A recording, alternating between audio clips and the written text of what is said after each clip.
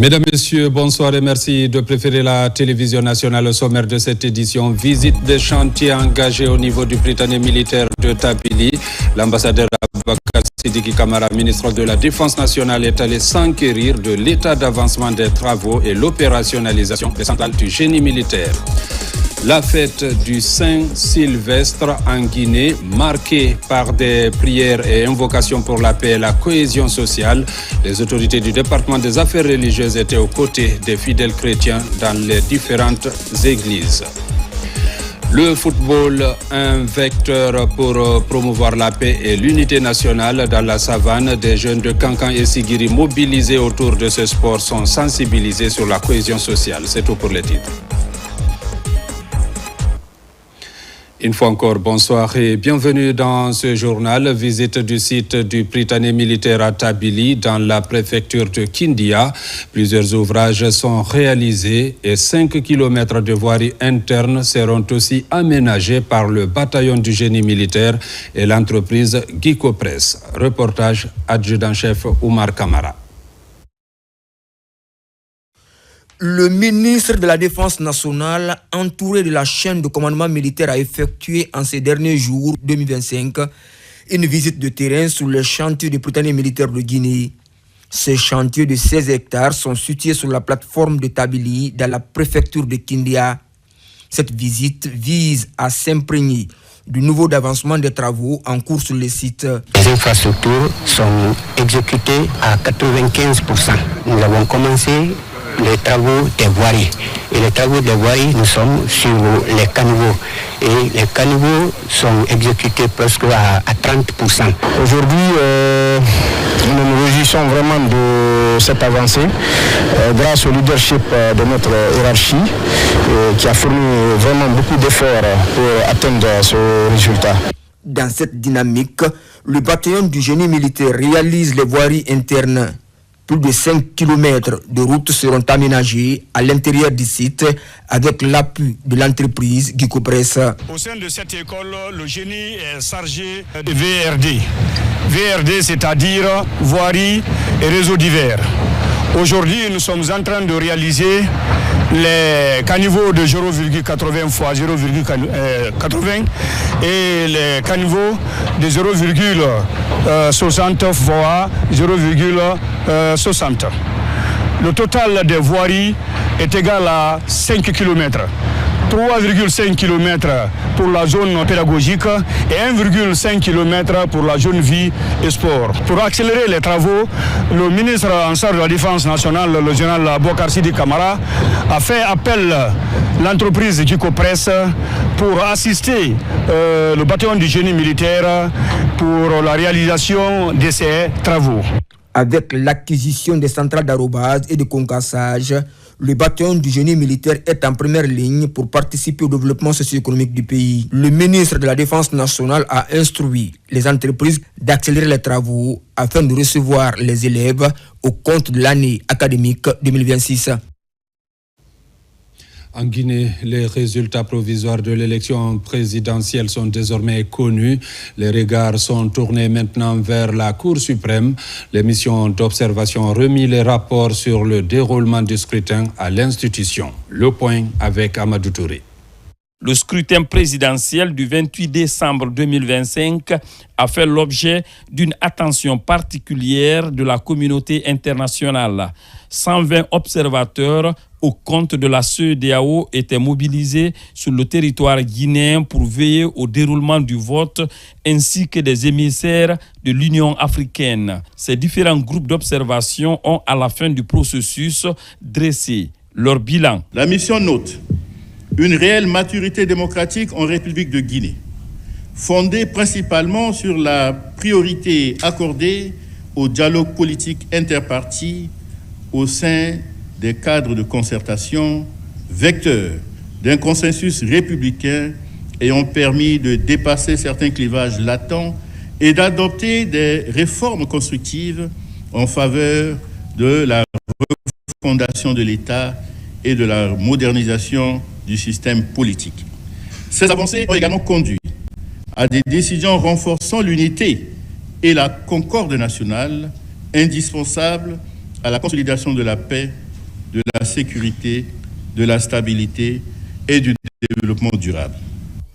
Au même moment, sur le plan local, l'Observatoire national autonome de supervision du référendum constitutionnel et des élections au NASUR, un organe de veille considéré comme une innovation électorale en Afrique, a remis son rapport final au juge de la Cour suprême. Je puis dire que la Guinée peut se targuer d'avoir pour la première fois un organe de supervision, d'observation, qui contrôle systématiquement sur la base du code électoral, qui contrôle la conformité et la régularité du processus électoral et qui finalement apprécie en toute indépendance, en toute autonomie de la crédibilité. Notre appréciation ne peut être dévoilée que par la Cour suprême. Ce document, élaboré par les 11 membres de cette institution de veille, a pour objectif d'aider la Cour suprême, la plus haute juridiction du pays, à analyser les résultats globaux provisoires déposés par la Direction générale des élections avant de se prononcer sur la régularité et le manquement de l'élection du 28 décembre dernier avant publication de tous les résultats globaux définitifs. Il faut préciser que plusieurs structures d'observation ont accompagné la tenue de ces élections. La CONAS Chaplin Afrique a animé une conférence de presse afin de présenter ses résultats d'observation, des résultats d'observation avant et pendant le scrutin. Compte rendu Fatoumata Batouli Diallo.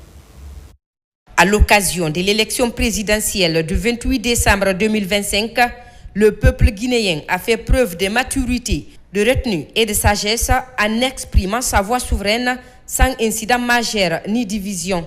Un scrutin salué comme une avancée significative pour la démocratie du pays. En termes d'observation de la campagne électorale, la campagne s'est déroulée dans un climat totalement apaisé. En termes d'incidents, nous avions été bluffés.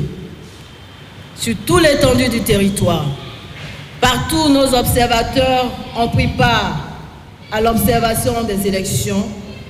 Nous avons dénombré aucun incident. À la maison des jeunes de Matam, la mission d'observation de la CONAS Chaplin Afrique salue la maturité du peuple guinéen.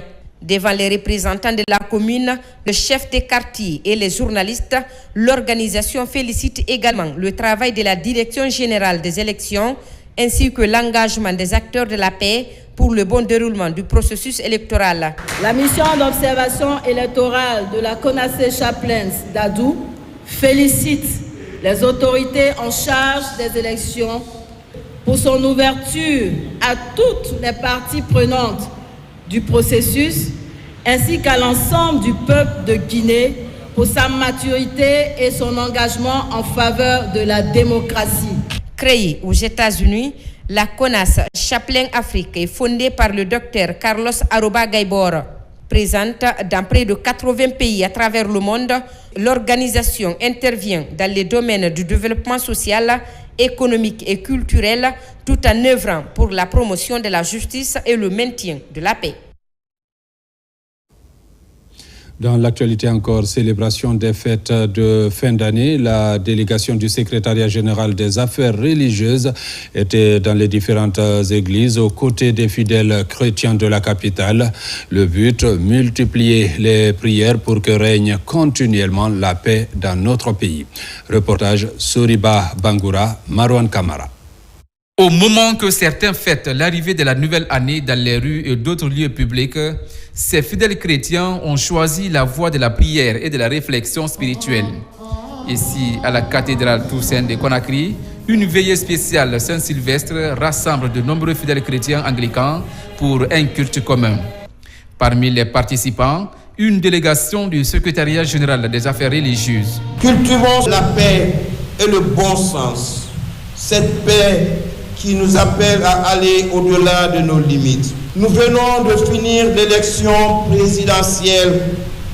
Librement, nous avons choisi qui nous voulons.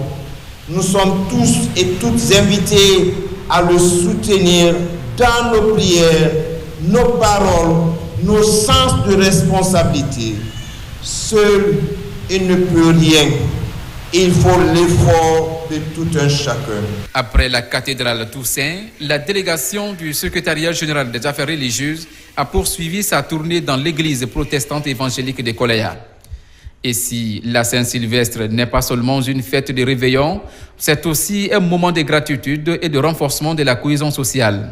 Quand on pense à 365 jours au cours duquel Dieu vous a gardé, c'est vraiment un temps de reconnaissance que nous mettons à part pour dire merci à Dieu et confier les 365 jours de la nouvelle année. Au fil de la nuit, la délégation est aussi accueillie à l'église des Assemblées de Dieu de Concasser. Ici également, le même rituel se répète, lecture des textes bibliques et des bénédictions pour confier l'année à venir à Dieu et pour le maintien de la paix. L'église a beaucoup prié et nous voulons vraiment dire merci au Seigneur. J'ai saisi l'occasion pour dire merci au chef de l'État qui a assuré vraiment la sécurité, qui nous a permis de célébrer les 3 fêtes. Aujourd'hui, nous sommes dans la joie que le pays reste dans la paix. Notre pays est demeuré le havre de paix qu'il a toujours été. Et donc pour cela, nous venons remercier les fidèles chrétiens qui ont continué à prier pour le pays. Et aujourd'hui, nous sommes contents de voir un pays encore stable. Et c'est vraiment un sujet de joie pour nous.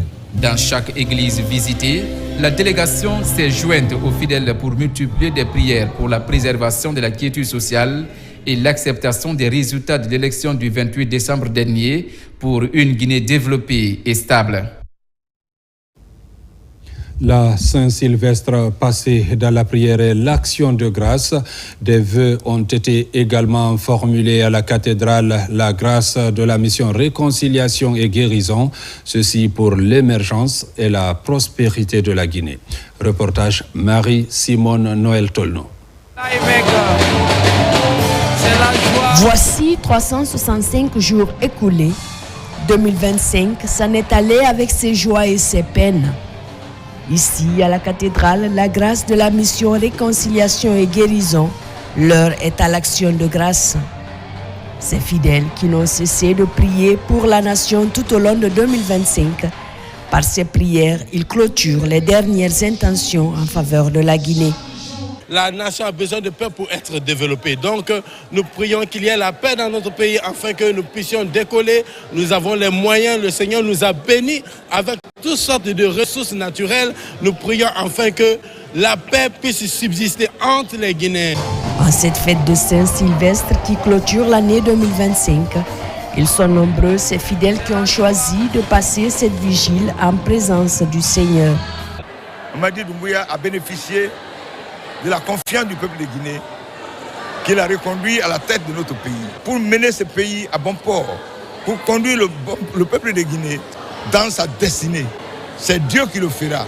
Nous prions pour cela, que Dieu lui donne la force nécessaire pour réussir ce nouveau mandat, pour réussir ce challenge qui est le sien. À travers des prières et bénédictions, ces fidèles chrétiens rentrent dans ce nouvel an plein d'espoir. Leurs intentions restent orientées vers le renforcement de l'unité nationale et de cohésion sociale entre les Guinéens. Développement local à présent, à Mandiana, dans la commune rurale de Koundian, plusieurs infrastructures sociales de base sont en cours de réalisation. Un effort de la délégation spéciale pour répondre aux multiples attentes des populations. Diamo Kaba. Dans la commune rurale de Koundian, dans Mandiana, le développement local durable prend forme pour répondre aux multiples aspirations des habitants. Dans cette cour, des bâtiments d'intérêt public. Le nouvel acte posé, un centre d'autonomisation des femmes. À l'intérieur, des salles de couture et saponification pour encourager l'apprentissage de la couche féminine en milieu rural. Les travaux de construction et équipement des centres d'autonomisation des femmes, dotés d'une latrine, plus la construction et la clôture, avec un forage équipé de pommes cardiaques du foyer des jeunes de la commune de Koundian. Pour un coût global, 1,320,558,250 francs guinéens. Ce centre nous permet de mettre fin aux activités minières et de nous orienter vers une formation professionnelle plus profitable que le travail dans les mines. Ce modèle de développement communautaire touchent le secteur de la santé. De nouvelles salles de maternité ouvrent leurs portes pour offrir de meilleures conditions pour les consultations prénatales. L'ouverture de ce nouveau bâtiment répond à deux nécessités. Non seulement pour extensifier le centre de santé de Koundian, mais aussi séparer la maternité aux autres services pour une bonne amélioration de la qualité des prestations. Dans le secteur de l'éducation à la base, le district de Loïla est à l'honneur pour renforcer le lien entre l'école et la communauté. Son tout premier collège voit le jour pour une scolarisation inclusive en renforçant auprès des parents le suivi et le maintien des enfants à l'école. Construire un collège dans un district, ça c'est un grand pas du développement. Un élève qui a l'habitude de quitter Loïla jusqu'à Koundian Centre, avec ses moyens de déplacement et les charges des parents, désormais peut étudier tout près des parents dans un collège de proximité. Je profite de ce micro, interpeller toutes les autres communes de Mandiana, précisément, de copier le modèle de Koundian. Ces acquis posés sont perçus davantage comme des actions salvatrices bien accueillies au sein de la communauté. Ce défi de l'accès aux infrastructures sociales de base a une seule ambition, celle de faire de la contrée de Sakodougou dans le Wassolon profond une référence en matière de développement local durable. Désormais, les femmes sont à l'avant-garde d'un combat porté sur l'ancrage de la démocratie en Guinée par des causeries éducatives. Une campagne de sensibilisation vient d'être lancée à Conakry et va s'étendre à l'arrière-pays. Objectif principal, impliquer les femmes dans la consolidation de la démocratie. Compte rendu, Abdul Karim Kamara. Au-delà des joutes électorales, la nécessité de consolider les bases d'une démocratie forte est désormais en débat. Ces causeries éducatives se veulent un processus continu qui exige l'engagement des citoyens, le respect des institutions et autres éléments d'adaptation à la démocratie. Une initiative de l'ONG Femmes pour l'excellence et la paix qui compte entièrement sur l'implication de la gente féminine. Comme on le dit, la femme est le baromètre de la société et on ne peut pas parler de paix sans parler de femmes. Donc elles sont le noyau. Qu'elles jouent le rôle des médiatrices qu'elles ont toujours joué, le rôle des gardiennes à la maison. En ce début de l'année 2026, le top départ de cette campagne de sensibilisation est donné à Conakry.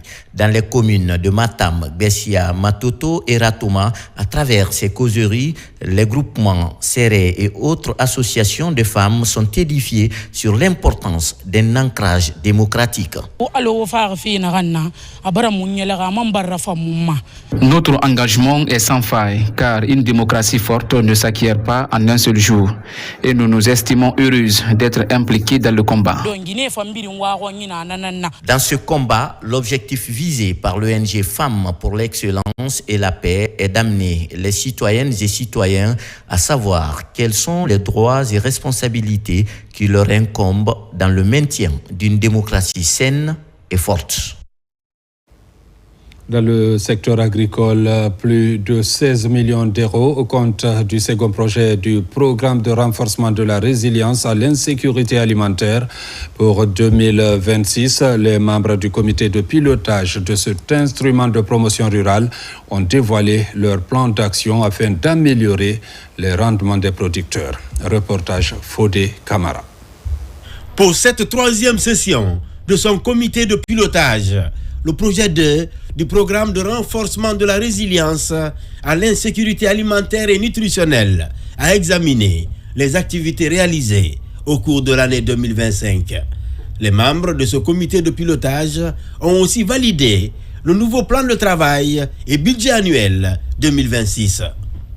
L'objectif visé par ce COPIL, c'est analyser le PTBA 2026 et donner des recommandations pour l'exécution des activités prévues dans ce PTBA. La participation du département du tutelle, c'est de voir les activités réalisables et voir les activités qui n'ont pas été réalisées en 2025, les rapporter dans le PTBA 2026 pour pouvoir atteindre les objectifs du projet.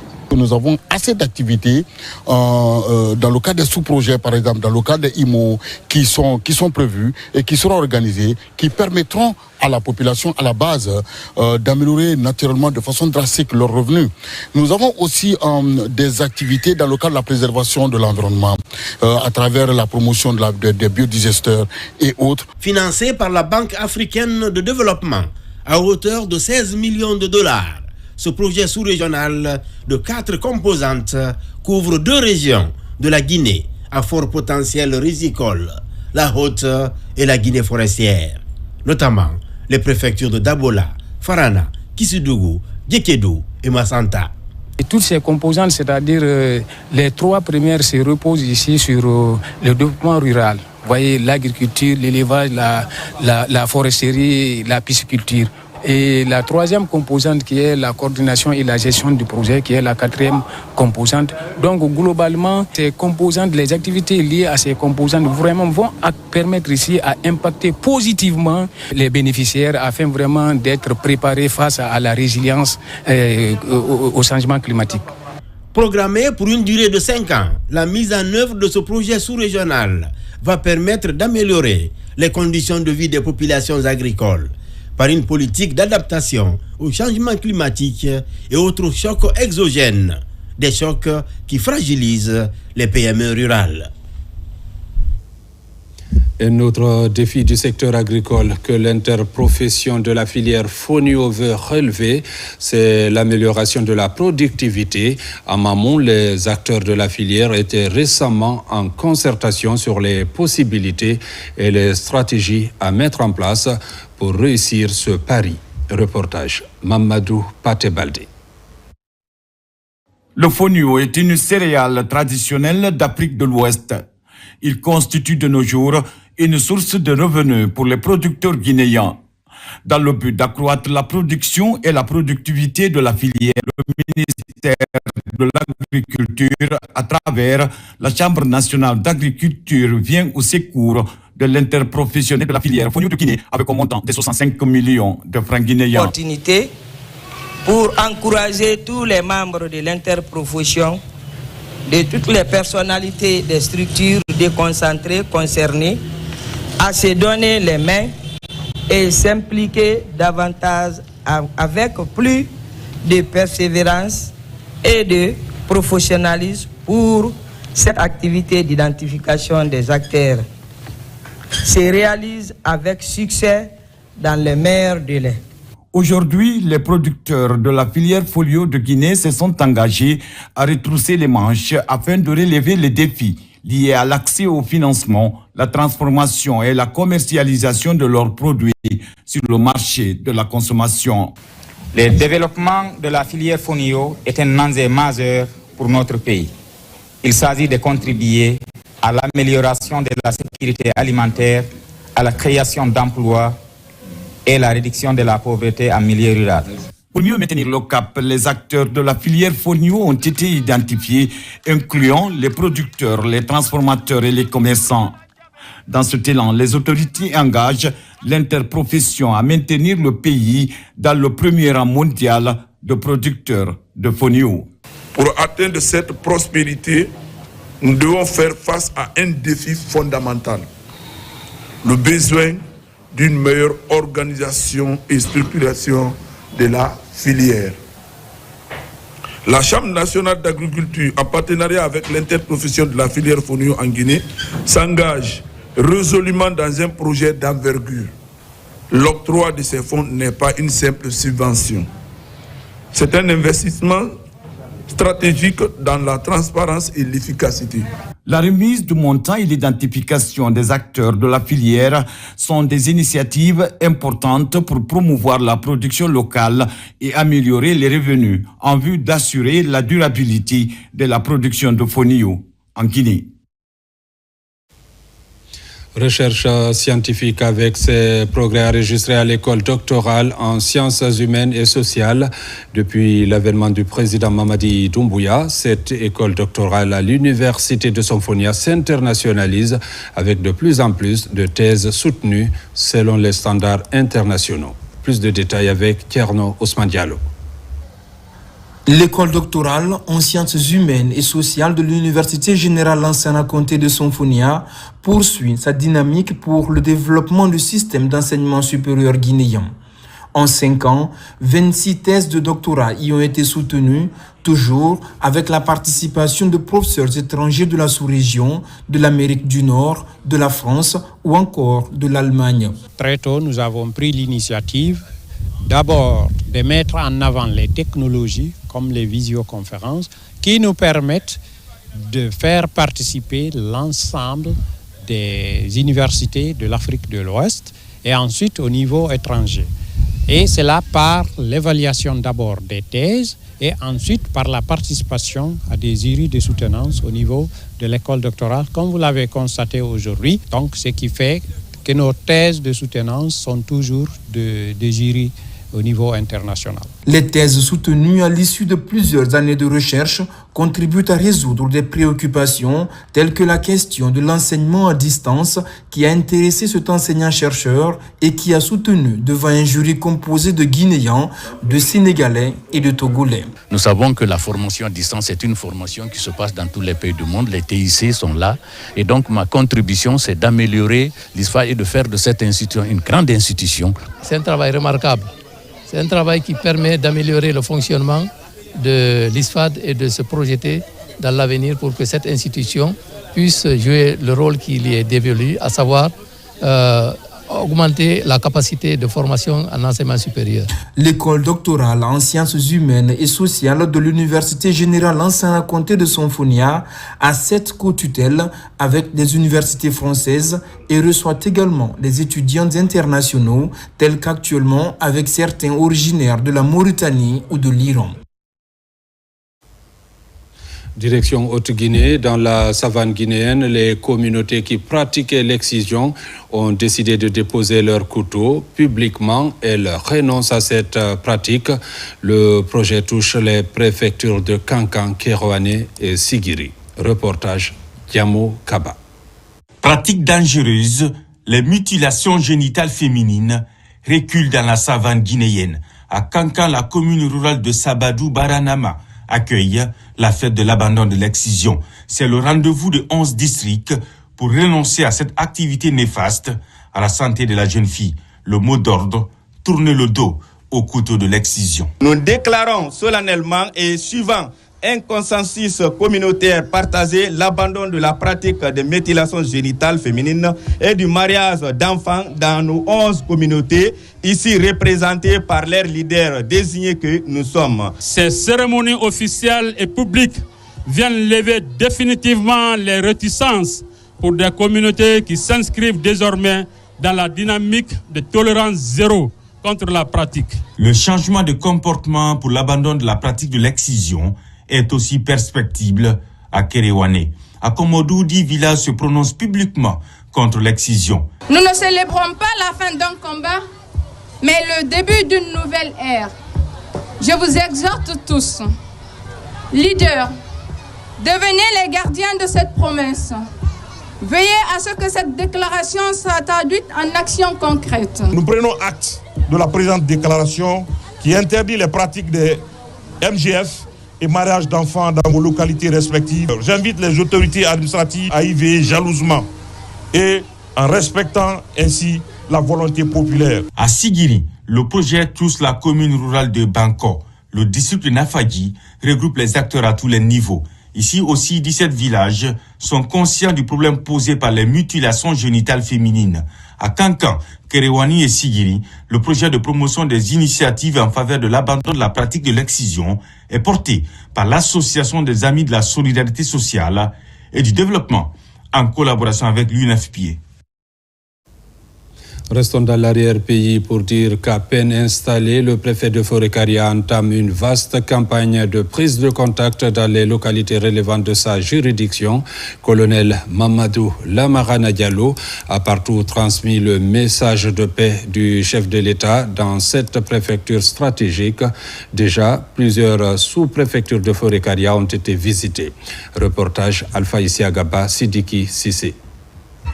Farmouria, sous-préfecture frontalière entre la Guinée et la Sierra Leone, a marqué la première étape de la tournée de prise de contact du préfet de Forikaria, le colonel Mamadou Lamarana Diallo.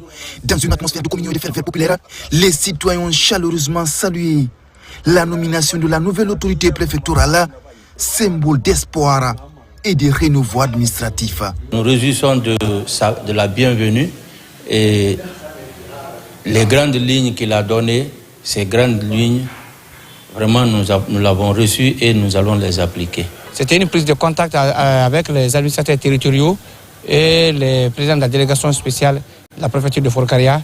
Elle était fructueuse. Ça nous a apporté beaucoup de choses. Par exemple, c'est-à-dire, ça nous a permis de se faire la connaissance, d'identifier les points auxquels nous allons nous appuyer pour avoir un développement fiable dans la préfecture de Forikaria. Après Farmouria, la délégation préfectorale a poursuivi sa tournée dans plusieurs autres sous-préfectures, notamment Sikuru, Moussaya Benti, Kakosa, Mafria, Kabak Mouribaya, Kaleya et Alasoya. À chaque étape, les échanges avec les populations ont été marqués par des messages forts de paix, de cohésion sociale et d'unité nationale. Le chef de l'État aujourd'hui, son souhait, c'est pour que tous les Guinéens s'absètent, pour qu'il y ait la paix, pour qu'il y ait l'entente, pour que la Guinée aussi soit vraiment, pour qu'il y ait la sécurité et le développement. Parce que sans la sécurité, sans la paix, il n'y en aura pas le développement. À travers cette tournée de sensibilisation, le préfet de Forikaria entend avant tout œuvrer à la préservation de la paix et du vivre ensemble. L'association L'Enfant de la Vie, qui œuvre pour le bien-être des tout-petits en situation de vulnérabilité en Belgique comme en Afrique, fidèle à son engagement solidaire, offre des cadeaux à 3 orphelinats de Conakry. Reportage Marie-Angélique Bangoura, Aboubakar Sidiki Souma. En cette période de fête où la générosité illumine les cœurs, l'association L'Enfant de la Vie fait le choix de donner un sens profond à la célébration en la transformant en un véritable moment d'espérance. Première étape de cette chaîne de solidarité, l'orphelinat Regina Maris, où les enfants ont accueilli avec bonheur des kits scolaires, source de soulagement, d'encouragement et de sourires retrouvés. Ils s'attendent à des jouets, ils s'attendent à des gâteaux, mais ils ne s'attendaient pas à des kits scolaires. Donc ça, parce que les premiers kits qui ont été partagés depuis octobre, il y en a qui ont commencé à déchirer, vous connaissez les enfants. Mais aujourd'hui, ça a été une très grande joie. La caravane du bonheur se poursuit ensuite vers 2 autres orphelinats qui ont également bénéficié de ces dons, empreints d'amour et de réconfort. Votre présence à nos côtés est très importante pour nous.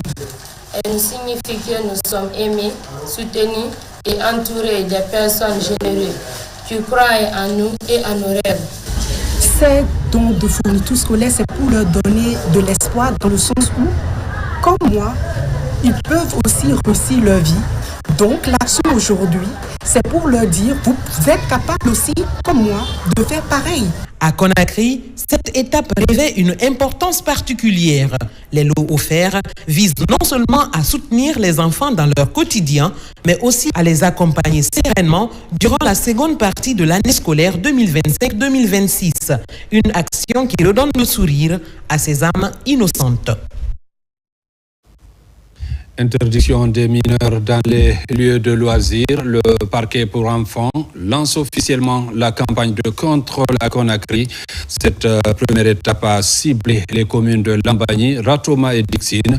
Plusieurs mineurs ont été interpellés dans la nuit du 31 décembre 2025 dans les lieux de loisirs. Sur le terrain, la patrouille a connu quelques difficultés. Les détails dans ce reportage de Nabilaï Kamara. Dans la nuit du 31 décembre 2025, alors que la capitale vibrait au rythme des festivités de fin d'année, les forces de l'ordre, accompagnées du parquet spécial pour enfants, ont lancé une vaste opération de contrôle dans les lieux de loisirs nocturnes de Conakry. Des descentes sont menées dans les communes de Lambagny, Ratoma et Dixine afin de faire respecter l'interdiction formelle d'accès des mineurs aux espaces de divertissement nocturne. Sur le terrain, la mission a parfois été confrontée à des résistances de la part de certains exploitants. Nous avons été à Lambagny il y a 3 endroits, chicha lounge, boîte de nuit, que nous avons contrôlés. Nous avons trouvé un endroit où il n'y avait vraiment pas de problème, tout était propre. Par contre, les autres, il y avait des difficultés. Et arrivé à Kipé, une chicha lounge qui est là-bas, qui s'est opposé catégoriquement à nous. Il a même exercé des actes très subjectifs contre nous. Mais nous avons dit que force restera la loi. Ce n'est pas les enfants en tant que tels qui sont dans nos viseurs, c'est les parents. Pour tous ceux-là qui ont l'autorité sur les enfants, qui en réalité qui ont démissionné de leurs obligations, de leurs responsabilités, qui doivent répondre à la loi. Face à la présence persistante de mineurs dans les espaces nocturnes, le parquet spécial pour enfants de Conakry appelle les exploitants des lieux de loisirs et les parents à assumer pleinement leurs responsabilités.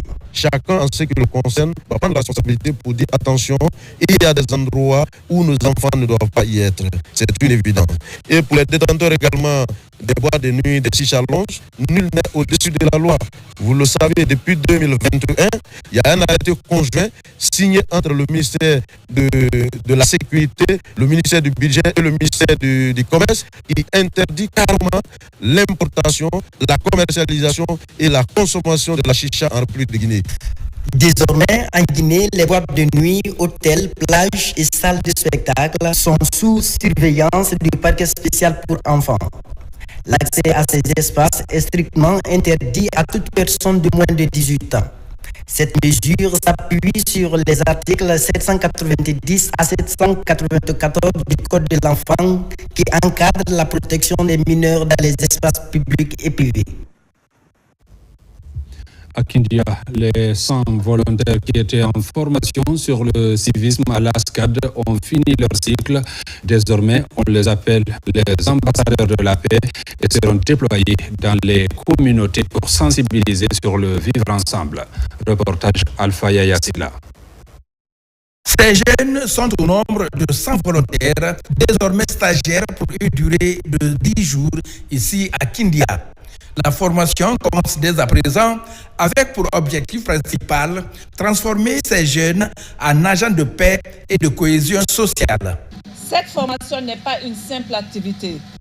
Elle est une réponse concrète aux besoins de la jeunesse guinéenne. Elle transforme les défis en opportunités, les opportunités en action. Les modules proposés sont essentiels.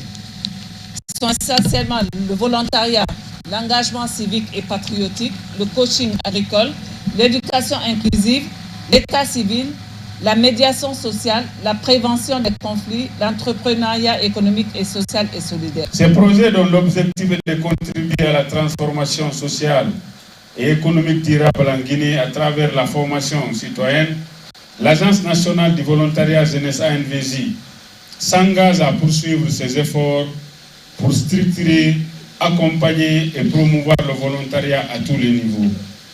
Pour y arriver, nous comptons sur l'appui des autorités, de nos partenaires et les collectivités, car la jeunesse est la force vive de notre pays. Porté par l'Agence nationale de volontariat jeune et soutenu par le PNUD, ce programme vise à préparer ces jeunes en acteurs de changement dans leur communauté. Il s'agit donc de renforcer le sentiment d'appartenance nationale et le respect des institutions. Dans quelques jours, vous serez déployés sur le terrain pour aller être des vrais prêcheurs pour la paix, pour aller sensibiliser la majorité des jeunes qui n'ont pas eu la chance d'assister à une telle formation. Les thèmes qui seront enseignés sont entre autres la médiation sociale, la santé et le premier secours, l'entrepreneuriat et le coaching agricole. Le Fonds de développement des arts et de la culture FODAC tient son conseil d'administration annuel. Le bilan est reluisant selon les cadres et il fait état de plus de 40 projets financés en faveur des acteurs culturels. Reportage Ousmane Ba. Une rencontre d'envergure des membres du conseil d'administration du Fonds de développement des arts et de la culture. Après la mise en œuvre du cahier de charges au courant de l'année 2025, ces cadres se concertent pour passer en revue les différentes activités réalisées. Il ressort que ce sont plus de 40 projets structurants qui sont financés par le FODAC pour accompagner les acteurs culturels. Pendant cette année, nous avons eu à accompagner plus de 40 projets, des projets structurants, des projets qui ont permis à nos artistes non seulement de pouvoir faire des activités ici en Guinée, à Conakry, à l'intérieur du pays, mais également sur le plan international. Grâce au FODAC, nous avons répondu à l'attente du département, mais également à l'attente du gouvernement, qui était de mettre en avant les acteurs culturels, mais également les artisans. Après ces résultats jugés reluisants, les membres du conseil d'administration se projettent pour l'année 2026 et mettent la barre encore plus haut afin de répondre aux besoins du monde de la culture. Nous partons conscients. Nous avons étudié plusieurs activités à mener, mais aussi plusieurs voies et moyens pour étoffer la gamme et étoffer les revenus du FODAC pour pouvoir pallier au manque de financement et au manque d'aide et tout ce qui est apport technique à l'art et à la culture. De nouveaux défis à relever, un challenge qui s'avère impérieux pour redorer le blason du secteur culturel, un secteur pourvoyeur d'emplois et de devises. Et puis le football, un vecteur de lien social. Il regroupe des jeunes à Kankan et Sigiri pour promouvoir les valeurs d'esprit d'équipe et de solidarité. L'événement s'appelle Match de l'année pour doter la couche juvénile de la savane guinéenne de mécanismes d'autogestion et de prévention des conflits. Reportage Diamo Kaba. Au stade municipal de Nankon, ici à Sigiri, c'est la paix qui règne autour du football. Aujourd'hui, c'est le grand jour après plusieurs mois de compétition intense pour brandir le trophée Moussa Kamara, ancien directeur général des douanes. La finale oppose les formations de Madina Koura et Tabakoro. Au coup de sifflet final, un grand cri de joie. Madina Koura est au-dessus. Depuis que ça a commencé, donc on n'a pas eu d'incident, ça s'est déroulé dans les normes et pour ça on remercie la jeunesse et on lance un appel aussi pour le calme et accompagner le président dans la sérénité. Ce que je peux dire à la jeunesse, c'est de se donner les mains pour notre progrès. Le football est un facteur qui crée cette union et nous sommes contents de brandir ce trophée. L'objectif de cette plateforme d'émulation reste et demeure la promotion de la cohésion sociale entre les jeunes.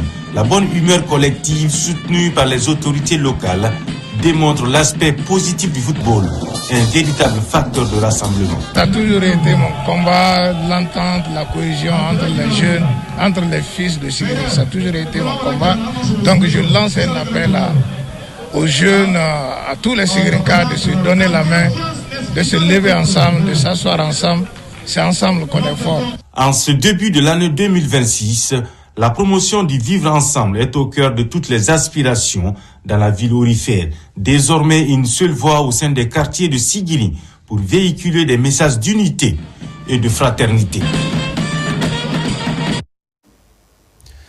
Mesdames, Messieurs, c'est la fin de cette édition. Merci de l'avoir suivi et bonne suite de programmes sur la télévision nationale.